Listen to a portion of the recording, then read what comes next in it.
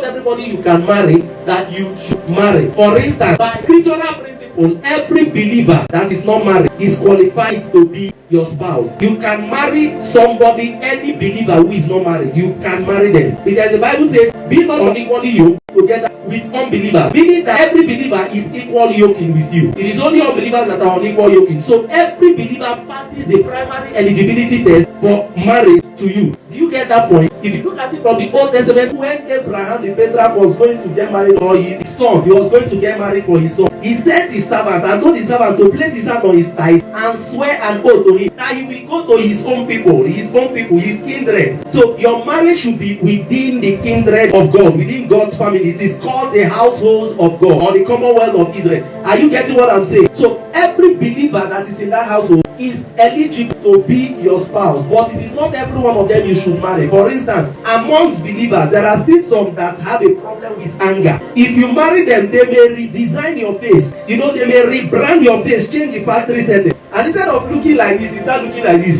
You will not blame God. Yes, they passed the eligibility test as per being members of the household of God, but they did not pass the character test in the area of anger. There are some believers, their spirit man is saved, but God is still working on them in the area of money. They don't know how to handle money, and before you know, they borrow. But if you marry those ones, you'll be going to police station every day because debtors will be coming. Do you want that kind? If that's what you want, then so that's what I mean by it determines who you can marry and who you should marry, because it's not everybody you can marry that you should marry. Are you getting the point, sir?